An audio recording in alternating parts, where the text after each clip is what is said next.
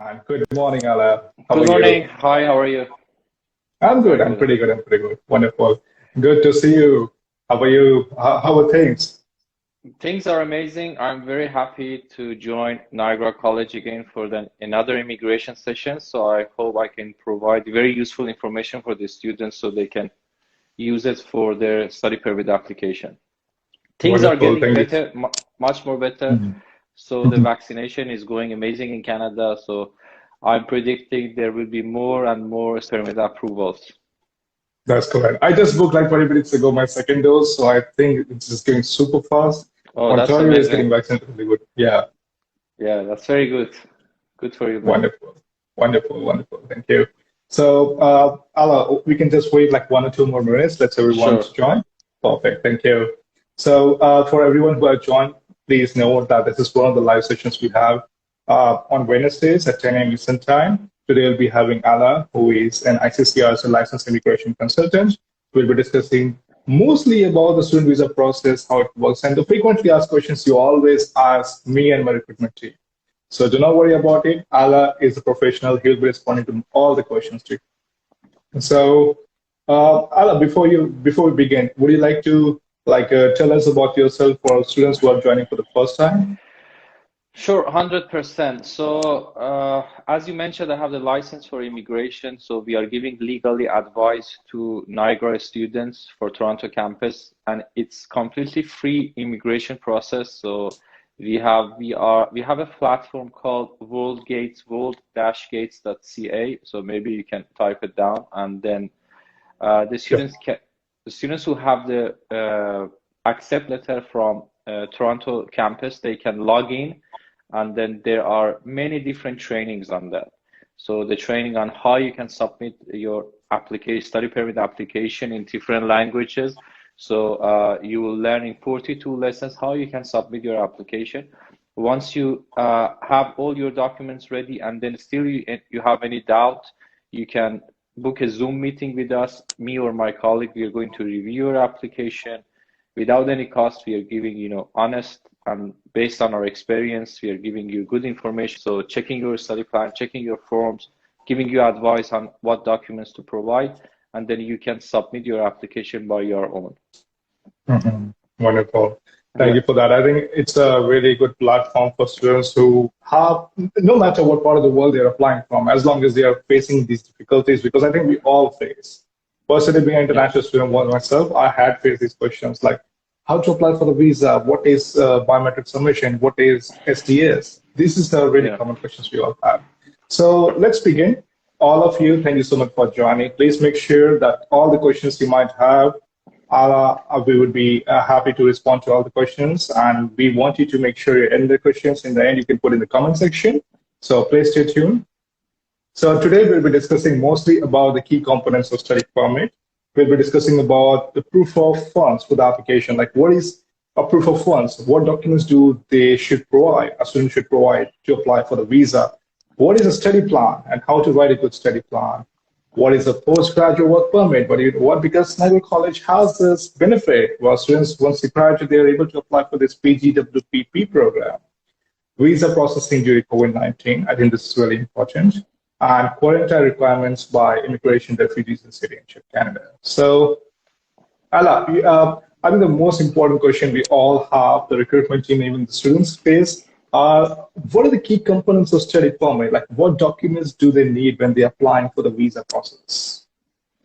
So in order to receive the study permit approval, you have to convince the visa officer that you're coming as a temporary resident permit. So that you're receiving a temporary resident visa. So you come into Canada and study.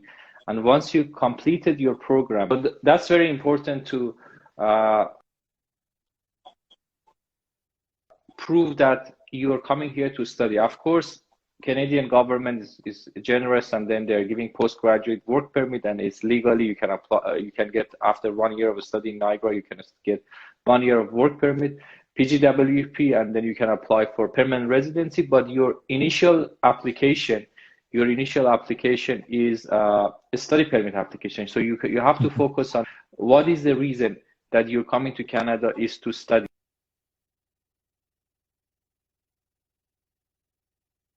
if you have a spouse or you have kids, definitely you can apply all together.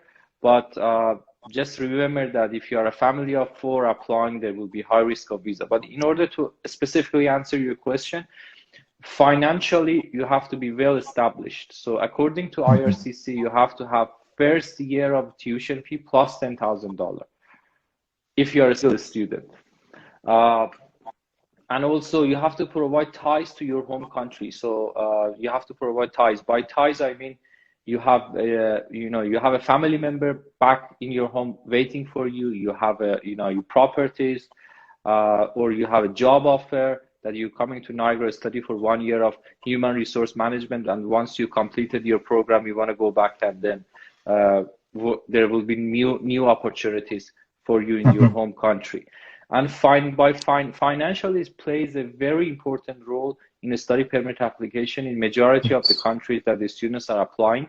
So by financial, the very important thing is to have a bank statement, something that you can make it liquid as soon as possible, right? And then they do not want to see that you have a bulk deposit in your bank account. So this is the reason that we are recommending the student to provide 4 to 6 months transaction history. Okay, and then if you have $70,000 in your bank account, for example, in 20th of June, you have to provide explanation. I sold my house, which was received as a marriage gift from me. I sold my car, and these are the documents. So the source of income is important as well. And then the second priority for them is, properties, title deeds, shares, if you have a financial supporter. So there is a difference between financial supporter and sponsor. So you can definitely have a financial supporter, but it's super important to consider this point that not anybody can be your financial supporter. If you have a relative in the US and he's receiving, $2,000 per month, they cannot be your financial supporter. They have to be well established in the country that they are applying to be your financial supporter. All right. I think that is really prominent and important because some of the students who are being supported financially to pay the fees, let's say their uncle, their aunt in the US, UK, Australia, I think, as you said, that they need to provide sufficient documents so the immigration officers can understand how it operates, right? Yes, exactly. Yeah, and it's very good. And also, if you have a family member in Canada, some people are saying, no, it's not good that we disclose it. First of all, if it's a close family member, which there's a definition in IRCC, which is your siblings or your parents, you have to disclose it. You cannot hide it with them. But if you have an uncle over there, and then he's a doctor, medical doctor in Toronto, why not? He can financially support you, or even give you accommodation. That's absolutely correct. That's absolutely correct. So I think that is something which is clarifying students, like what are the key components of study permit. But most of the students ask us regarding the proof of funds they need to show when they're applying for the visa. Like, could you please share the significance and if there should be a minimum amount? I know you already explained that, but more in detail, like students, their tuition fee, term tuition fee received, like the first term and everything. Okay, so I will give you an example that it will be very clear.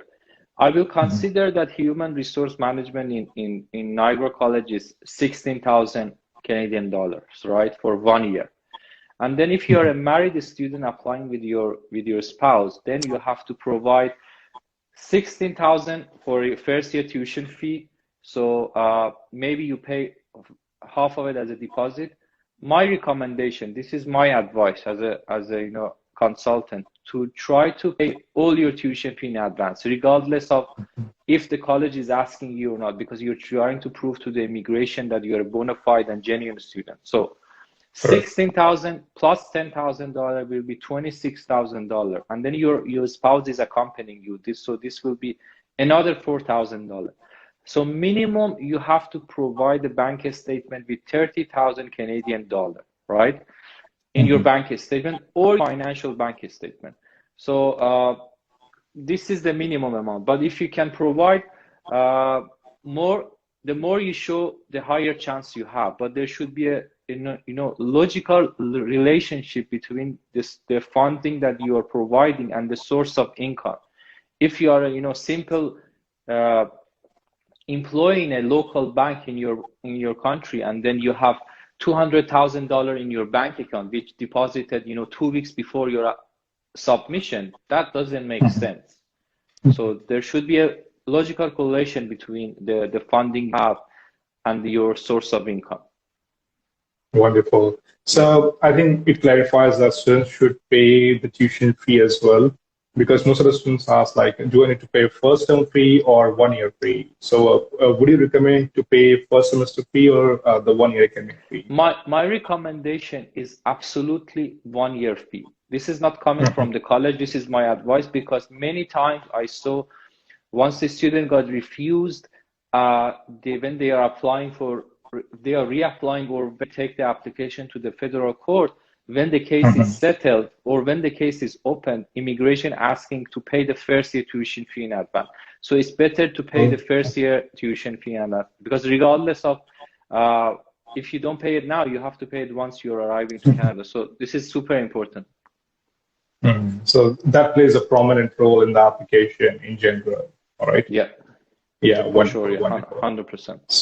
So I hope everyone who are joining today understood that I'll explain why you need to pay the tuition fee, and not only first term, but it's recommended to pay at least 1 year academic fee. So all the postgraduate certificates we have, you'll be paying the first year fee, which is the program total fees. And for business general, you'll be paying only the first year fee. And then you can pay the second year fee once you arrive in Canada. You've got a visa approval and you start your education. And we also are hearing these questions, like for students, especially for September intake, and of course for upcoming intakes as well. Students are planning to know what is a study plan, what the key components of a study plan are. Because when they apply for a visa, I believe they need to provide a study plan as well, right? Yeah. So what makes you stand out among other candidates? That's a really good question. Because everybody has, IELTS 6, 6.5, Duolingo 110, or PT 60. Everyone has the minimum IELTS requirement, proof of English. And everybody has, $34,000 in their bank accounts when they want to come to Canada. Definitely they have it. And then what makes you different from other candidates? What makes you special is the study plan. So the study plan plays a super important role on your application. And then some students are writing long study plans, right? 4 or 5 pages. So Canada is the first destination. So every student, as per as my experience, they would like to come to Canada, right? And so there are hundreds of thousands of applications applying for a study permit. So the immigration officer doesn't have so much time to review the 4 pages of your study plan. My recommendation is to write maximum 1.5 page study plan and make it very organized with titles. So once the reader is reading your study plan, with few seconds they understand, okay, this is the educational background. This is the reason that I'm applying for Niagara College. This is the reason that I'm not studying the same program in my home country. This is my financial status. So by reviewing it, in few minutes, they will understand what's going on and what is inside the application.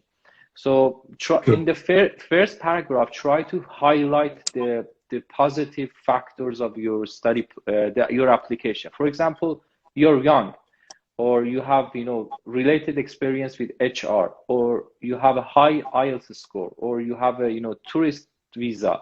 What is important in your application? Try to highlight it in the first paragraph, because I'm definitely sure they will review the first paragraph of your study plan. Yes. And then also one more important thing that I would like to mention is about why did you select Niagara College? Yeah, of course, we all know that it's a public college. It has excellent faculty. They have a good relationship with the industry. But why you didn't select another college in Ontario, or why you didn't select the same program in your home country? So I'm sure every and each of you have your own explanation. Try to write it as simple as possible, because remember, the visa officer is not expert in human resource, or is not an expert he's not a businessman. So try to write as simple as possible, so it will be make the life easier for the visa officer once they are reviewing your application. Absolutely. I believe, let's say a student is applying for a doctorate program and provided a thesis and a study plan. I don't think the immigration officer will like that, because it's going to be really complicated, right? So Exactly. Yes. So as Alex said, that it has to be really simple as possible, and he has provided the limitations like how many pages you should have. You should not have like 10, 15 pages of study plan because the officer might not spend so much time in the application. So thank you for that, Ella. We also have these questions arise like because now we are processing applications with biometrics and medical examinations. So sometimes students are confused. Let's say a student is a citizen of Philippines and is Wow. residing in Saudi Arabia. So can a student submit the medicals and biometrics residing in any other country? Yes, that's super important question. And then we just upload a new training on the immigration status, but your question is almost related. Yes, they can, if they are residing in another country, which this country is not their permanent residency, they can do Mm-hmm. their biometrics, they can do their medical. There is no problem for that, but be mindful that if you're applying for a country, which this country is not you don't have a strong immigration status, or you don't have a permanent residency, the visa officer might refuse you because of the immigration status. I saw many cases like this. So in order to make your case stronger, so there are two options. First, you can apply for from your country of permanent residency, which it's challenging because there is a student who is living, for example, in UAE for 17 years, and it's very difficult to go back in his home or her home country and apply. So if Mm-hmm. this is not possible for you, write an explanation. Okay, I'm here work on a work permit. My work permit is valid for another 6 months. I'm here for 16 years as this is my working experience.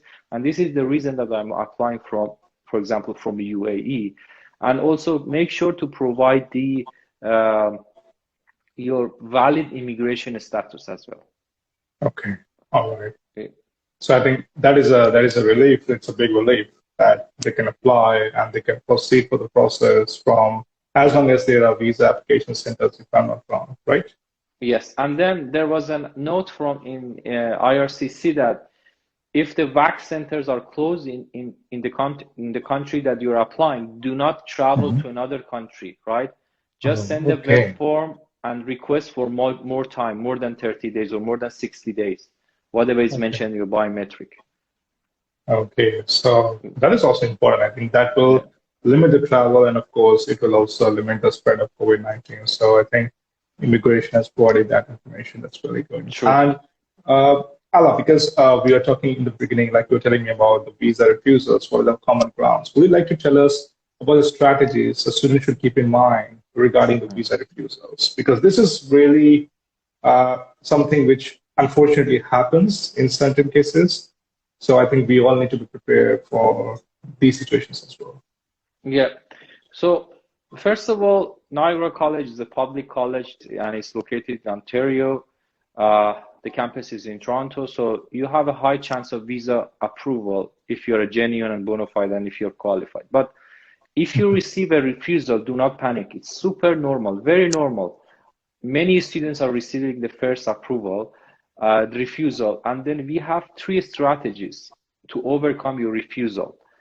We call Mhm. it defend, amend, or appeal. So, because there are hundreds of applications receiving by our IRCC every day, they might use uh, uh, AI system, artificial intelligence. So they are going to Yes. refuse the cases based on some factors. We don't know what is the factors. Maybe they are age, previous refusals, or proof of English. So if you receive the first refusal, so there is a chance that even your application was not reviewed by a human. So this is the reason that you might receive a refusal after 3 days of submission. So what you have to do, first of all, if you believe that you are a genuine and bona fide student and you are qualified, you think that you deserve to get the study permit. So you can apply for reconsideration. By Okay. reconsideration, there are two ways that you can apply for reconsideration. Is to submit a web form and Mhm. ask the visa officer to reopen your application based on the reason that you're providing, or send an email directly to the visa office that your application was assessed. So if you're applying for Turkey, or Iraq, Iran, the application is going to be processed in Turkey. So you have to send an email to the Canadian embassy in Turkey, and then all the email addresses are public, and you can find it and send an email. There is reconsideration is not an official process. The visa officer is not obliged to respond to you, but I saw many cases that the application was turned and they got the approval. Second, if you got refused after 3 months, and then do not give up. It's very normal. You can reapply for your application based on the new evidence that you're providing. So we recommend you to apply for the case note officer, the ATIP, to find out why you got refused. Sometimes there are a couple of important points over there, but sometimes there is not. So you will find out that, for example, they say, okay, I don't trust your bank account, or there was a bulk amount in your bank account. Your financial status was not clear. You do not have enough working experience in your home country. Then you can gather more documents, evidence, and submit it again. And the last strategy, which is very hot nowadays, is take your application to the federal court. So for judicial review for a study permit is not an appeal. So you cannot provide new evidence when you're applying for federal court. So this is the reason that you have to make sure to submit the best application as possible. Your initial application should be, you have the most evidence, most document that you can provide. Because in the appeal process, for the judicial review process, you cannot provide an new evidence. And then once you got your refusal, you have 60 days if you're outside of Canada, 15 days if you're inside Canada to apply for judicial review. You can do it yourself, but it's recommended to get hire an immigration lawyer, and then to apply for a federal court. This, based on my experience, the visa success rate for federal court is more than 90%, but it's not guaranteed at all. So and then we have a refusal guide on the platform, WorldGate platform. You can go and watch these 3 strategies, and then you will understand why you got refused, and then reapply again. So do not give up. Based on my experience in the last 5-6 years, I saw the students who are, more serious, they're trying again and again, they will get the visa study permit approval. Wonderful. I think it had the information, but it ended with an optimism. Yeah. So thank you for that, Alat. I think it will be really, really important and significant for students who might feel disappointed once they get a visa refusal. But as Alat said, do not lose the hope. There might be something you might have missed in the first application. So get in touch with Ala and his team, who are the licensed immigration consultant, or get in touch with your advisor or recruitment team if you need some documents from the institution as well. So you can apply for the visa again. Wonderful. Yeah. So Ala, as we all know that all the programs at Niagara College Toronto, all 4 programs qualify for postgraduate work permit. Would you like to share with our students, what are the benefits of postgraduate work permit? How they can actually utilize this opportunity given by the immigration? So yeah, as you mentioned, Niagara College, of course, they can recruit international students, and the government is giving this opportunity to them that they can give students will get postgraduate work permit after the studies. So all the program that you're offering is 1 year, right? We have an undergraduate diploma in business, which is 2 years as well. Oh, that's amazing. So for the 2-year program, the students will have the opportunity to get 3 years of open work permit. If they study for 1 year, they will get 1 year of postgraduate work permit. So what will happen that if you study for 1 year and then you are not sure that you will be qualified for permanent residency, there is no problem. So instead of applying for postgraduate work permit, you can take another program for 1 year, and then if the total duration is for 2 years, you can get the apply for permanent residency.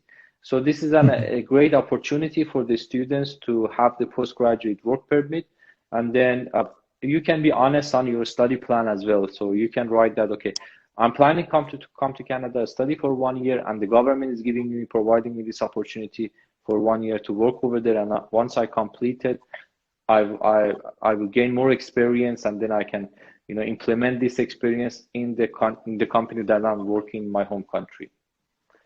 But it's a pathway to the permanent residency for sure.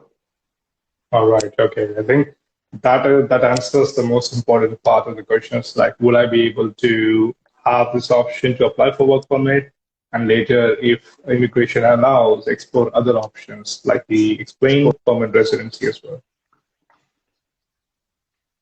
Okay, amazing. Yes. Wonderful. So, Ala, there is a question been arising for us, especially for September intake students as well.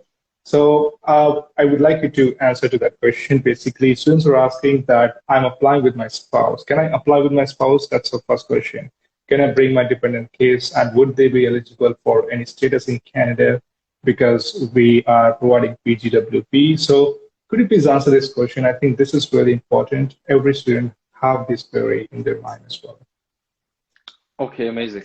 So yes, first of all, they can apply for the spouse for 100%, and then the spouse is eligible to get the open work permit, and the kids are under 18 years old. They are eligible to study for free public schools in Ontario.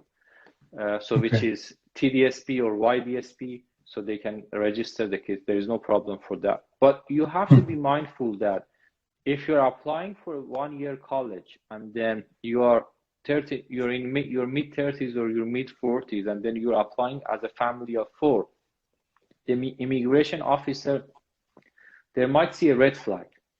They might see that, okay, it seems that you're immigrating to Canada, and it's not you just wanted to come to study over here.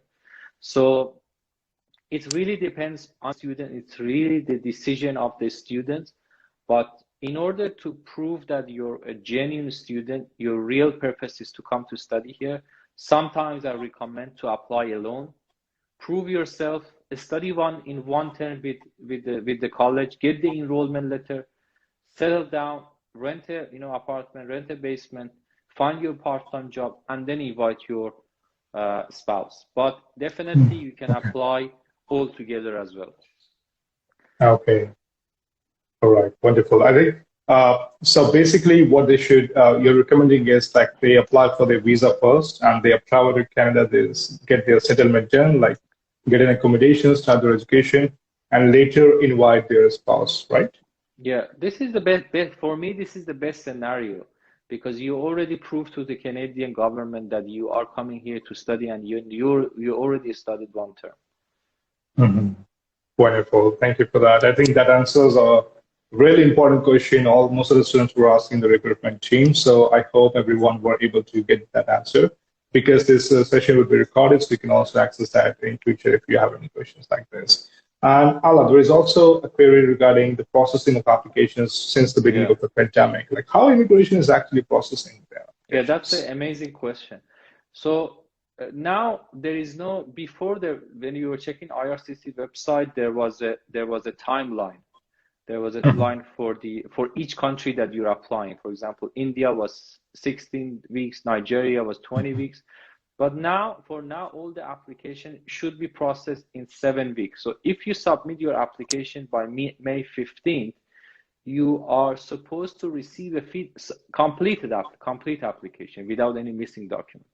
You're supposed to receive a feedback by August, so within 2 months. So you will you can start your program if you receive the approval by September intake. But usually they are not, there is no delay. So within 2 months, you have to receive a feedback from IRCC. Mm-hmm. Okay. So basically they're giving a standard time zone for the processing for now, right? Yeah. Yeah, wonderful. Standard processing. Mm-hmm. So because there are quarantine requirements as well for students traveling, even if they're coming to the Pearson Airport at Toronto, would you like to share with our students what are the basic quarantine requirements as set by immigration? Sorry, can you come up again? So sure, sorry. So what would be the basic requirements by IRCC for quarantine requirements? Like what students need to know before they travel? Yeah, that's a very good question as well. So Now you have to, hopefully once you receive the approval, you have to get okay to board, the authorization letter from your airline, and then you have to book 3 days, 3 nights, the hotel which is recommended by the government, and pay it in advance, and then come to Canada. You have to be in the hotel for permanent residents or citizens. You have to book for 3 days. For the students, you have to book for 14 days. For 14 days, and then once the 14 days is over, you have to take a test on day 8. They will give you all the equipment, and you will do online in front of a nurse. And then there are some hotels which is recommended by Niagara Toronto campus as well, right? Yeah, so we are working with some partnerships as well. So, but we do have accommodation services for that case. Yeah. Yeah. So it's very important that you get the authorization letter. You will get the approval from CBSA before arriving to Canada, and the airline will do this for you, especially if you're coming with your spouse with an open work permit. So because it's a very serious topic, and then so give you an example. So make sure. So this is not usually happening, but I just want to give an example which happens, a real case scenario which happened a few weeks ago. One of the students who was coming to Canada, they bring a fake document for the COVID. Okay, but remember that the test that you're bringing for the COVID, there is a barcode on it, and the visa officer can scan it. So never ever try to provide any illegal or fake documents whenever that you come into Canada, even if it's once you're applying for your study permit application, or even after, once you receive your visa, because anytime they can cancel your study permit and student visa.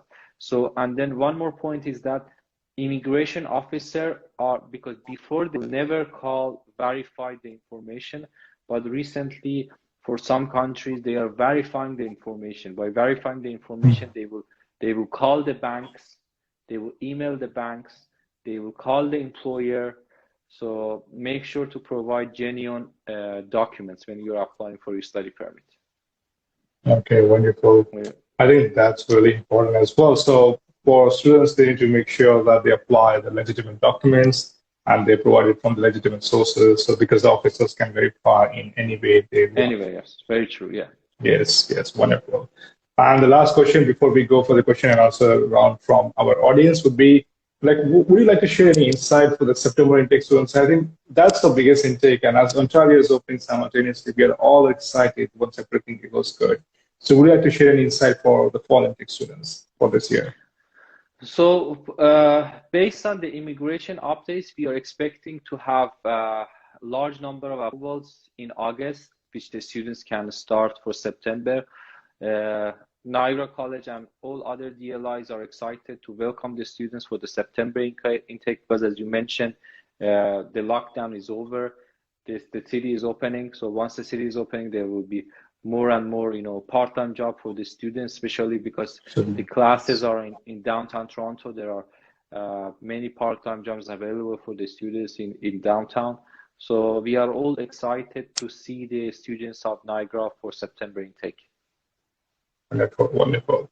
So yes, we are super excited because now the province is open simultaneously. I think we are already in phase 1. We are hopefully going to the phase 2 in a couple of weeks, and then we'll be simultaneously going to the next phases. And as Ella said, we'd be so excited to have all the students welcome in the fall intake if Health Canada permits. So thank you for that, Ella. And now I can see there are a couple of questions. So everyone, you can now ask your questions regarding visa-related or if you have any other query as well. There was one question which says, do I need to pay the first semester fee in advance? Is it necessary? I think you already answered that, but I believe if you can respond to that again, that would be great. So I will post the email address here. If anyone has a immigration question regarding Niagara, they can send us an email and we will provide the feedback within 48 hours. Yes, for sure. The students have to pay. The students have to pay the first year tuition fee because Niagara College is not giving a letter of acceptance. But my recommendation is pay the full tuition fee in advance. Clear your balance. Okay.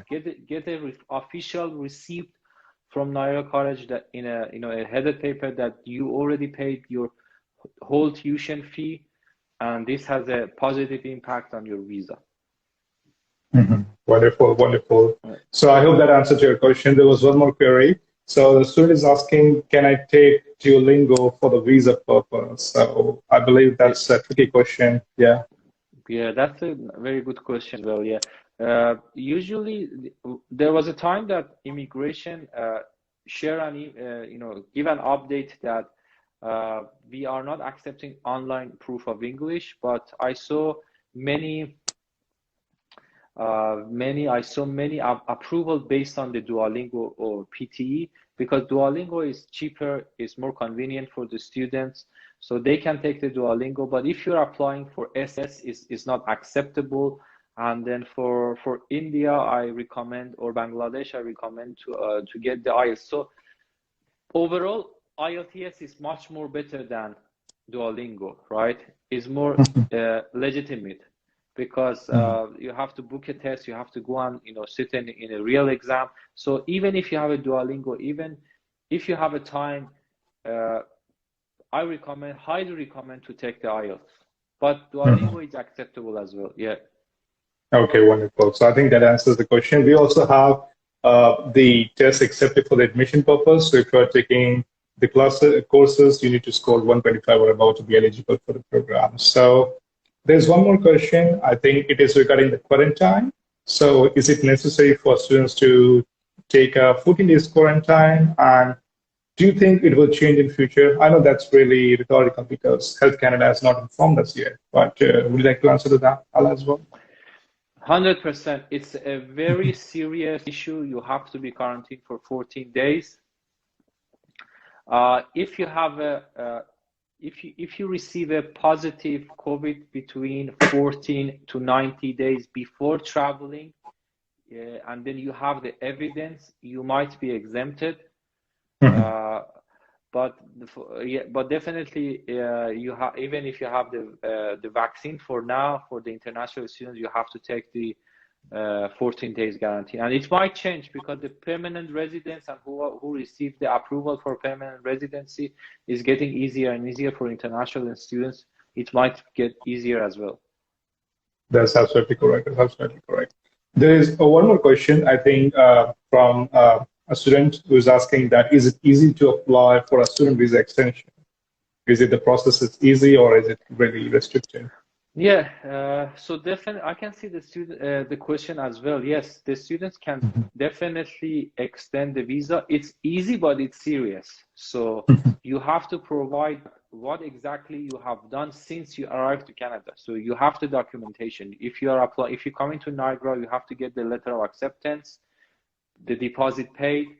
Also, if you're, for example, studied in another college in Toronto, then you have to get the enrollment letter, the transcript. You need a bank statement. Yeah, it's very simple. You can easily do this, but it's a serious matter. So you just have to be careful on extending your visa. And usually apply for the extension, 2-3 months in advance before the expiry date of your study permit. Wonderful. So that answers to the question exactly with the time duration as well. Thank you. Yeah. And the last question we're taking would be, I think it is about CAEL. I believe you're talking about Canadian Academic English Language Test. So let me tell you that for undergrad courses, the requirement is 60 with no individual less than 50. And same applies for the postgraduate courses as well. So if you have any questions like these, you can get back to us at info@niagaracollegetoronto.ca. And Ala has also provided his email address. If you have any queries and questions regarding the immigration matters, you can definitely get in touch with him. He and his team would be able to assist you with that process as well. Perfect. So, Ala, thank you so much for joining today. Would you like to give any other insight? Yeah. No, good luck. Just take your, visa process seriously, and then try to provide as much as document that you can to prove that you're coming to Canada to study, and then hopefully to see everybody in Toronto very soon for the September intake. Wonderful. Thank you so much, Ala. Thank you so much for joining. Thank you so much, Dharmesh. Thank you. Have a great day. Thank you, everyone. Thank You too. Bye. Stay safe. Take care. Bye-bye.